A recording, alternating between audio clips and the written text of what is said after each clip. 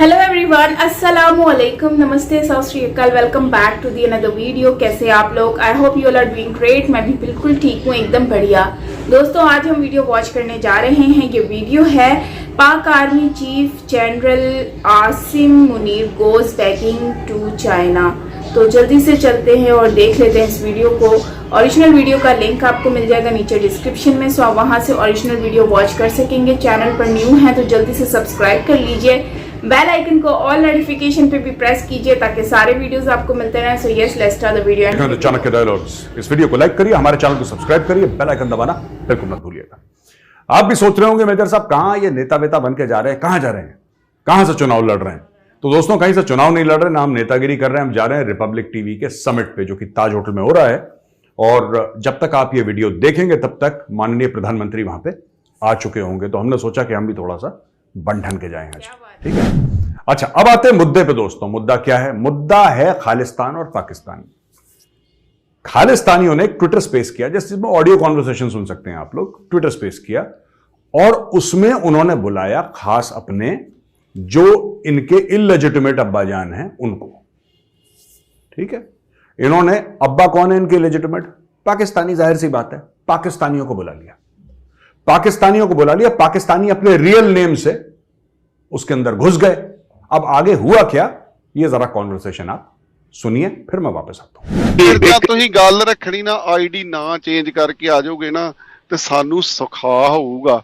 ਤੁਸੀਂ ਜਦੋਂ ਤੁਸੀਂ ਇਹ ਆਪਣੇ ਨਾਂ ਤੇ ਪਾਕਿਸਤਾਨ ਵੱਲੋਂ ਬੋਲੋਗੇ ਨਾ ਤੇ ਸਾਨੂੰ ਉਹ ਉਸੇ ਤੇ ਜਵਾਬ ਦੇਣੇ ਬੜੇ ਔਖੇ ਹੋ ਜਾਂਦੇ ਬਾਮਣ ਨੂੰ।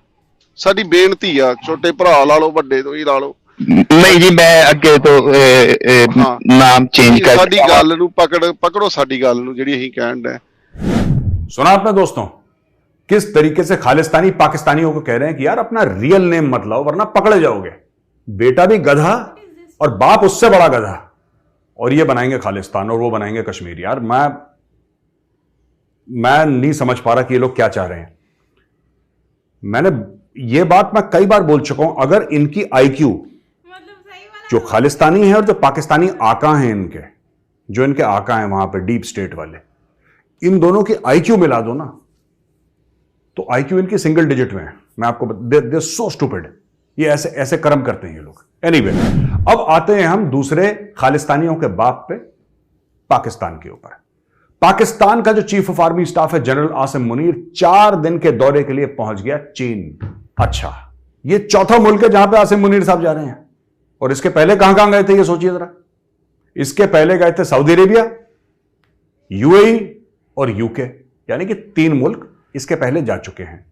सऊदी अरेबिया से ये ले आए $2 अरब का वादा, यूएई से ले आए $1 अरब का वादा, ठीक है। यूके जो गए थे 1 हफ्ते के लिए, एक टॉक थी उनकी 1-1.5 घंटे की, उसके लिए 1 हफ्ता रहकर आए। Post retirement, post retirement. वो पाकिस्तान आर्मी का चीफ ही क्या यार, जिसका लंदन में आलीशान घर ना हो। लोग नवाज शरीफ को गाली देते हैं, कहते हैं चोर है, करप्ट है। वो है, वो उसमें कोई शक नहीं है, वो चोर है, करप्ट है। लेकिन पाकिस्तान के आर्मी चीफ्स को कोई नहीं बोलता यार कि भाई साहब आप तो एक नौकरी पेशा आदमी हो, आपके पास इतना पैसा कहां से आया। लेकिन ये सब पाकिस्तान में ये सब बातें नहीं करी जाती। सिपा सालार है, यहूदियों पर जंग करेगा, हिंदुओं पर जंग करेगा और गजवाए हिंद करेगा और लाल किले पर सब्ज परचम लहराएगा। उसके लिए लंदन में घर तो चाहिए होता है यार। ये छोटी छोटी चीजें क्यों छोटी मोटी चीजों में पढ़ रहे हो, है ना? परचम लहराना है उसको। तुम कह रहे हो लंदन में घर नहीं होना चाहिए इनका। क्यों नहीं होना चाहिए? लंदन में होना चाहिए, सिडनी में होना चाहिए साहब इनका न्यूयॉर्क में घर होना चाहिए इनका। दुनिया के हर तरक्की याफ्ता मुल्क में एक एक घर इनका, बड़ा बंगला कोठी इनकी होनी चाहिए। दुबई में इनके शॉपिंग प्लाजा होने चाहिए भाई। वहीं से तो गजवाए हिंद होगा। गजवाए हिंद कहां से होगा? लास वेगस से शुरू होगा गजवाए हिंद। जो गैमलिंग कसिनोज हैं लास वेगस के, वहां से तो गजवाए हिंद शुरू होगा। दुबई के बड़े बड़े जो शॉपिंग मॉल हैं, आलीशान शॉपिंग मॉल, जहां पे शराब बहती है पानी की तरह, है ना। होटल्स हैं बड़े बड़े, जहां पे बार्स और रेस्टोरेंट्स हैं, जहां पे शराब बहती, वहां से तो गजवाए हिंद शुरू होगा यार। आप लोग हल्के में लेते हो पाकिस्तानी आर्मी जो कह रहा है करप्ट क्यों है, करप्ट क्यों है। तुम पाकिस्तानी समझ लो, तुम्हें चाहिए ना गजवाए हिंद? तुम चाहते हो ना कि कोई उठ के ये बोले कि सारे काफिर जो हैं वो वाजिबुल कत्ल हैं, हिंदुओं को खत्म कर दो। अरे उसके लिए सबसे पहले लंदन में फ्लैट चाहिए, एवन फील्ड में अपार्टमेंट चाहिए, उसके अलावा हिंदू कैसे खत्म होंगे? मोटिवेशन तो वहीं से मिलता है। एनीवे, तो मैं क्या कह रहा था कि भाई तो लंदन चले गए, उसके बाद भाई कहां गए? आसिम मुनीर भाई कहां गए? लंदन हुआ है, वहां पे जो अपना पोस्ट रिटायरमेंट का सेटअप करके फिर ये गए भीख मांगने सऊदी अरेबिया। सऊदी अरेबिया से $2 अरब जैसा मैंने बताया, यूएई से $1 अरब का वादा लिया ये। अब ये गए चाइना 4 दिन के लिए, और पाकिस्तानी क्या कहते हैं, हमारे स्ट्रेटेजिक टाइप के लिए गए हैं सब। हमारा कोई बड़ा खतरनाक सा स्ट्रेटेजिक टाइप है जिसके लिए गए हैं। ये देखिए, मैं आपको एग्जैक्ट वर्ड्स बताता हूं। अच्छा, इसके पहले मैं बता दूं आपको, दोस्तों हंसना मना है, ठीक है ना? कोई हंसेगा नहीं यहां पे, वरना फिर आप लोग बोलेंगे मेजर साहब। Army chief general Asim Munir in China strengthen military ties. ये देखो भाई, जियो न्यूज ने बोला है स्ट्रेंथन मिलिट्री टाइज, जो दोनों मिलिट्रीज हैं उनके बीच में संबंध मजबूत करने में है आसिम मुनीर। कई बार पाकिस्तानियों को मैं समझा चुका हूं भाइयों और बहनों, कि संबंध जो होते हैं, रिश्ते होते हैं, वो बराबर वालों में होते हैं, वो बराबर वालों में होते हैं। एक आका है, गुलाम है, गुलाम बोले कि मेरा आका के साथ रिश्ते हैं, ये कैसी बात होती है? आसिम मुनीर हैट्रिक पे है, क्रिकेट का हैट्रिक समझते हैं ना आप? 3 बॉलों में 3 विकेट। पहली बॉल पे भाई ने सऊदी अरब का विकेट लिया, $2 अरब का। दूसरी बॉल पे भाई ने लिया $1 अरब का यूएई का विकेट। अब आसिम मुनीर चाइना जाके तीसरा विकेट लेगा। ये कोई मिलिट्री टाइज नहीं हो रही। चीनी तुम्हें पैसे देते हैं, तुम बंदरी की तरह नाचते हो यार। इसमें रिश्ते कहां से हो गए? मुझे एक बात समझ में नहीं आई। रिश्ते तब होते हैं जब पाकिस्तान के पास कुछ ऐसी चीज हो जो दुनिया को दे। पाकिस्तान बताए कि साहब हमारे पास एक ऐसी चीज है जो हम दुनिया को दे रहे हैं, हमारी टेक्नोलॉजी ऐसी है, हमारा रिसर्च एंड डेवलपमेंट ऐसा है, हमारी आईटी ऐसी है, हमारी मैन्युफैक्चरिंग ऐसी है, हमारी डिप्लोमेसी ऐसी है, हमारी इकोनॉमी ऐसी है। ऐसी कुछ नहीं है, सब वैसी वैसी है। लेकिन बातें देखो लाहौरियों की हैं, लाहौरी चूरन बटोर ने तुम्हारे आर्मी चीफ गए वहां पे। ये कुछ नहीं हैट्रिक मारने गया, तीसरी बॉल पे मार के लाएगा हैट्रिक। जैसे मैंने बोला था ना, ऐसा पाकिस्तान का आर्मी चीफ क्या जिसका लंदन में घर ना हो। मैं कहना चाहता हूं कि ऐसा पाकिस्तानी आर्मी चीफ क्या जो खाली हाथ कहीं से आ जाए, मांगने जाए और खाली हाथ आ जाए। ऐसा हो ही नहीं सकता। तुम लोग सियासतदानों को गालियां देते हो कि तुम्हारे सियासतदान डकैत हैं, पटवारी हैं, चोर हैं। ठीक है, तुम्हारे सियासतदान बच्चे हैं। तुम्हारे सियासतदान, मैं बता रहा हूं, पाकिस्तानियों को कह रहा हूं, तुम्हारे सियासतदान बच्चे हैं। जो तुम लोग कहते हैं ना इसने इतना, वो है डकैत, मैं मना नहीं कर रहा। जरदारी है डकैत, नवाज शरीफ ने करी है चोरी, वो मैं उस तरफ जा ही नहीं रहा, उसको कोई डिनाई भी नहीं कर सकता। पर मैं कह रहा हूं तुम्हारे सियासतदान बच्चे हैं, बच्चे। तुम्हारे जर्नलों ने तुम्हारा मुल्क चाट लिया, ठीक है, खा गए सब कुछ।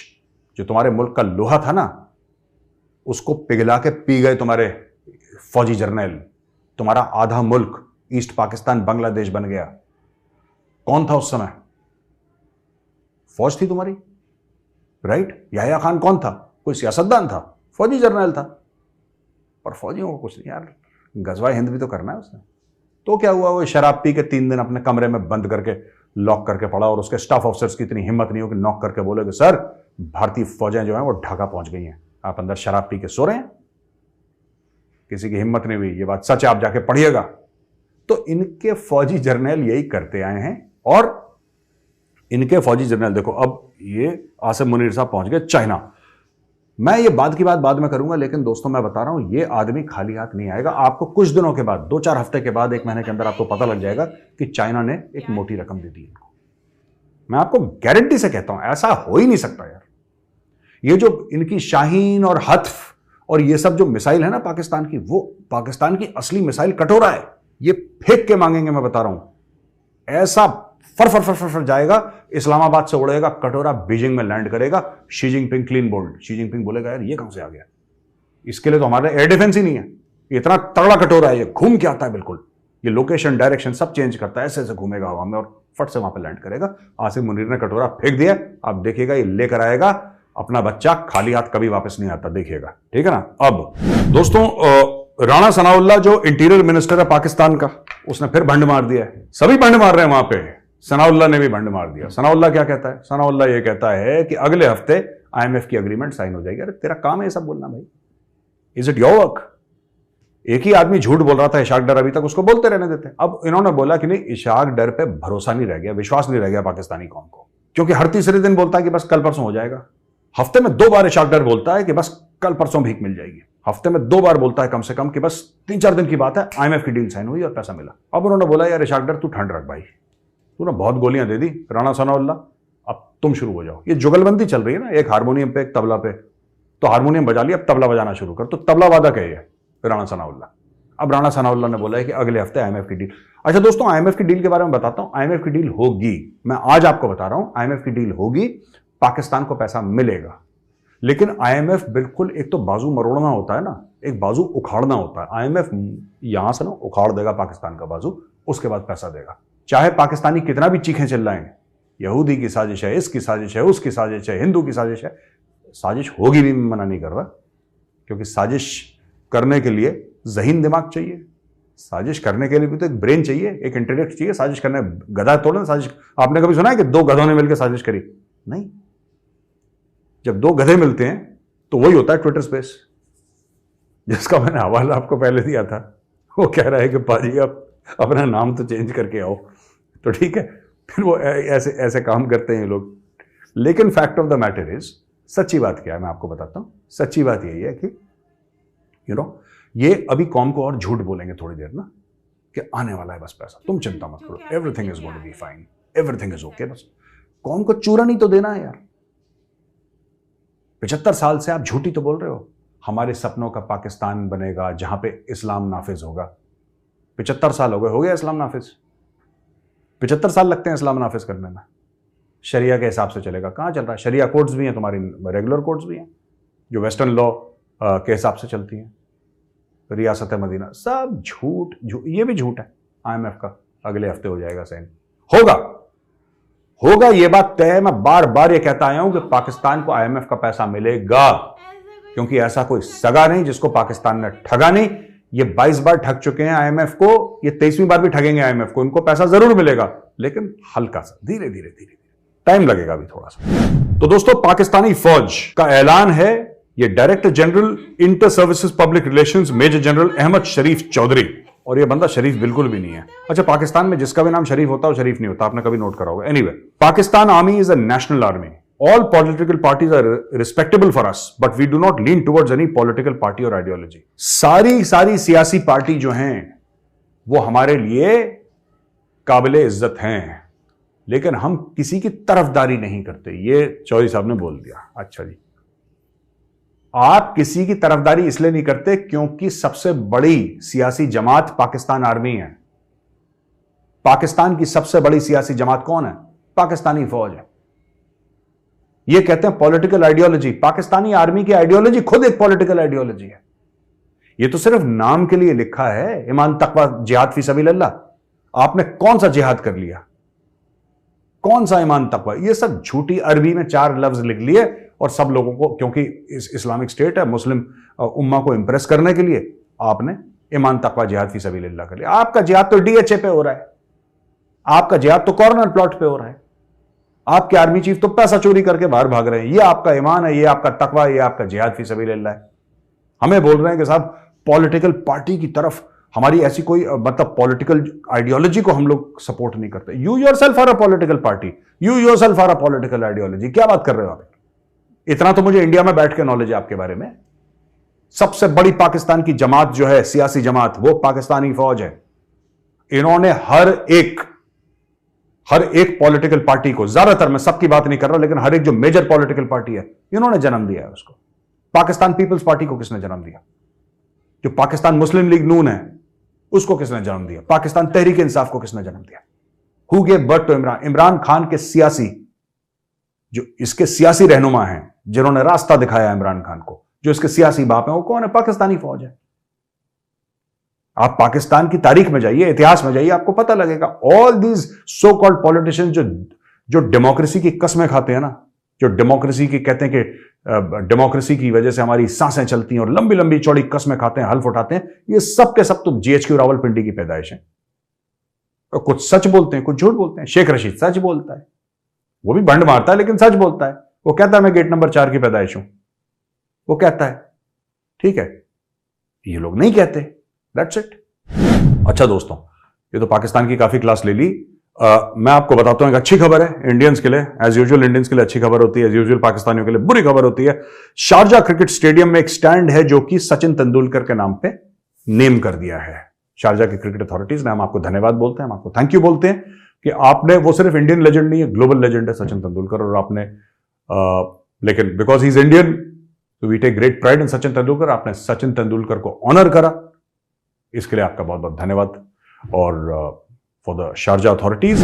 तो दोस्तों, external affairs minister doctor S Jaishankar ने बोला है कि जो यूनाइटेड नेशन सिक्योरिटी काउंसिल है 80 साल पुराना है, आज की प्रेजेंट रियलिटीज को ये शो नहीं करता, इनको दर्शाता नहीं है। तो सही बात है यार, सोशल मीडिया का जमाना है, मीडिया का जमाना है, नई नई इकोनॉमीज हैं। इंडिया जो है 5th लार्जेस्ट इकोनॉमी से अब 3rd लार्जेस्ट इकोनॉमी की तरफ अग्रसर हो चुकी है। Most populous country on earth आज की तारीख में कहते हैं कि हो चुकी है इंडिया। ऐसे कई रिपोर्ट्स हैं जो कहती हैं कि India has now overtaken China in terms of population. India की economy is the fastest large economy और बिग इकोनॉमी। तो इसके बाद भी अगर लोगों को यह डाउट है कि नहीं नहीं वही 4-5 पुराने, जो 5 मेंबर इनके वही पुराने होने चाहिए, तो I think they do not reflect current day realities. और इंडिया का हक बनता है, कोई एहसान नहीं कर रहा भारत पे यार, हमारा हक बनता है to sit at that high table. हां, चाइना को पसंद नहीं आएगा, चाइना को पसंद नहीं आएगा, क्योंकि चाइना को वहां पे काउंटर करने वाला भाई, ये सब तो चाइना के सामने कुछ करते नहीं है। Even America does nothing in front of China. सिर्फ भारत है तो चाइना के खिलाफ बॉर्डर पर डटा हुआ है, और चाइना के दांत तोड़ के चाइना के ना हाथ में पकड़ा के दे दिए चाइना को। यह बात सच है। इसलिए चाइना कभी नहीं चाहेगा कि वहां पर जाके भारत बैठे, लेकिन भारत बैठेगा, ठीक है। वो दरवाजा बंद कर रखा है इन लोगों ने भारत के लिए, और भारत अभी प्यार से खटखटा रहा है दरवाजा यूनाइटेड नेशन सिक्योरिटी काउंसिल का। भारत खटखटा रहा है, और वो खटखटाहट जो है ना वो और तेज होती जा रही है भारत की। One day India will lose patience, एक दिन भारत लात मार के दरवाजा तोड़ के कमरे के अंदर आ जाएगा, फिर तुम क्या करोगे। दोस्तों, आई होप आपको वीडियो पसंद आया होगा। वीडियो अगर पसंद आए तो इस वीडियो को लाइक करिए, हमारे चैनल को सब्सक्राइब करिए, बेल आइकन दबाना बिल्कुल मत भूलिएगा। जय हिंद, वंदे मातरम, और भारत माता की जय।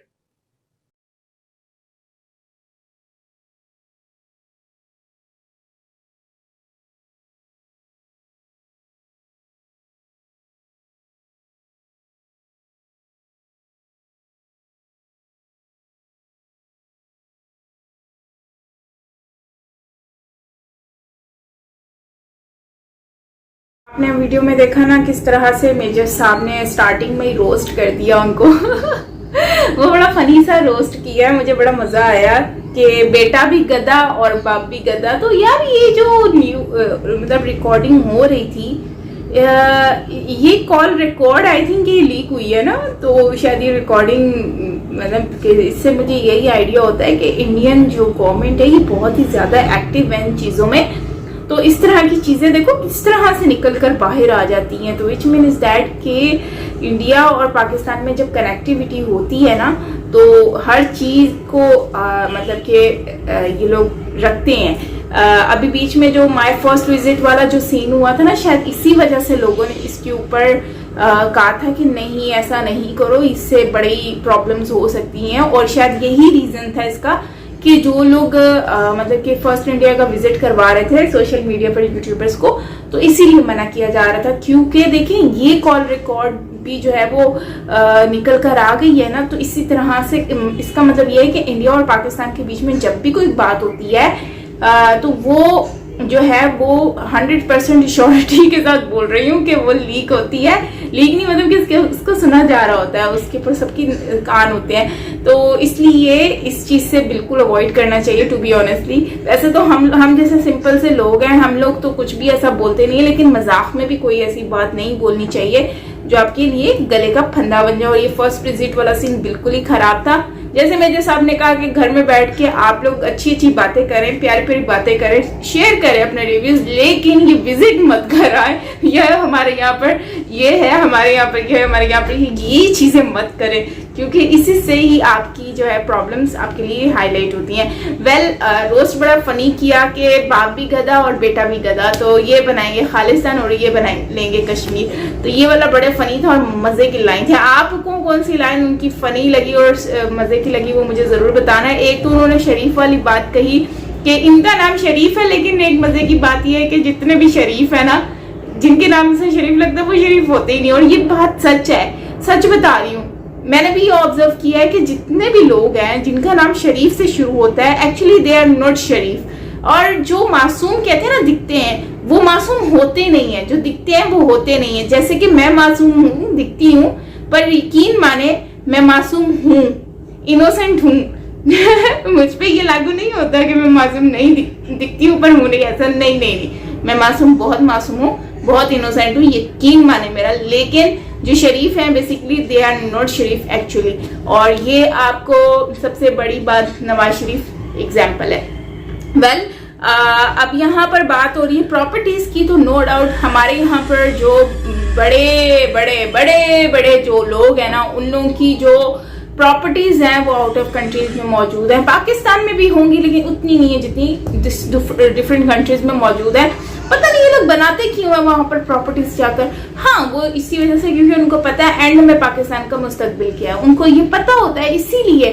अब पता होता है जिसको एंड, तो फिर वो तो वही चीज करेगा ना, वो अपनी सेफ्टी बनाते हैं। तो मुझे इस तरह से अफगानिस्तान का याद आ गया कि अफगानिस्तान का जब तालिबान ने आना था तो उसी से पहले उनके जो प्राइम मिनिस्टर थे वो कैसे भागे थे। पैसे सुनने में आता था कि वो तो जहाज में इतना पैसा था कि जहाज में भी रखने की जगह नहीं थी, तो कुछ पैसे तो डॉलर छोड़ के चले गए थे। हाँ, तो वो भाग गए थे, तो इतना पैसा उनको मिला था। तो लोग भाई पहले से अपनी सेफ्टी वगैरह हर चीज करके रखते हैं, क्योंकि उनको पता होता है कि आने वाला वक्त कैसा है, क्या मुस्तकबिल होने वाला है। तो इसी वजह से कहते हैं ये लोग हर चीज अपनी आउट ऑफ कंट्री में बनाते हैं। और ना यही उसी पैसे से अगर पाकिस्तान में बिजनेस करें तो सोचो कितना पाकिस्तान को फायदा होता, पाकिस्तान के अवाम को शायद हो सकता है एम्प्लॉयमेंट्स मिल जाती। बट एनीवेज चाइना की बात करें तो चाइना का नो डाउट जो है वो चाइना पाकिस्तान की हेल्प करता है। तो भाई कौन सा वो कोई दोस्ती यारी में करता है। वैसे तो हम लोग कहते हैं ना चाइना हमारा दोस्त है, कोई दोस्त नहीं है। अगर दोस्त होता है तो क्या पाकिस्तान के साथ से अपने पास रखता, उनको तो फायदा हो रहा है। अगर हम देखें फातिमा जिन्ना पार्क उन लोगों ने रख लिया, भाई क्या क्या उन्होंने अपने पास रखा है। फातिमा जिन्ना पार्क रखा, एयरपोर्ट रख लिया अपने पास, और रेडियो स्टेशन रख लिया अपने पास। मतलब इतनी सारी पाकिस्तान की प्रॉपर्टीज जो हैं वो उन्होंने दोस्ती के नाम पर रखी है। सोचो सिर्फ दोस्ती के नाम पर अभी ये प्रॉपर्टीज रखी है, तो आने वाले वक्त में वो लोग क्या क्या रखेंगे सोच है हमारी। और हम लोग फिर भी सोचते हैं कि ये हमारे बहुत अच्छे दोस्त है, लेकिन चलो कोई नहीं, कटोरा लेकर जाते हैं तो दे ही देते हैं वो लोग भी कुछ ना कुछ, लेकिन अपने बेनिफिट्स के साथ। तो लेकिन ये है कि चलो पाकिस्तान भी जाता हूँ सुधार लेता है, लेकिन पाकिस्तान को भी फिर इन रिटर्न जो है वो कुछ ना कुछ उनके पास रखवाना पड़ता है। तो चाइना मुझे नहीं लगता कि कोई एहसान कर रहा है। बाकी रही बात जो है वो IMF की, तो आई थिंक ये अच्छी गुड न्यूज़ है पाकिस्तान के लोगों के लिए कि चलो IMF जो है वो फाइनली पाकिस्तान को देगा, तो उससे कुछ ना कुछ तो रिलीफ मिलेगा ही। लेकिन दुआ हमारी ये है कि वो पाकिस्तान के ऊपर लगाए ना। ये लोग ले लेते हैं फिर अपने ऊपर लगा देते हैं, ले लेते हैं फिर दूसरी कंट्रीज में ले जाते हैं, तो ये बुरी बात होती है। तो आई थिंक इसके ऊपर कुछ रूल्स एंड रेगुलेशंस होने चाहिए। आप लोग इसके ऊपर क्या कहते हैं, आपकी राय जानना चाहूंगी। कमेंट सेक्शन में अपनी राय जरूर बताइएगा। बाकी मैं नेक्स्ट वीडियो के साथ take care, lots of love and bye bye.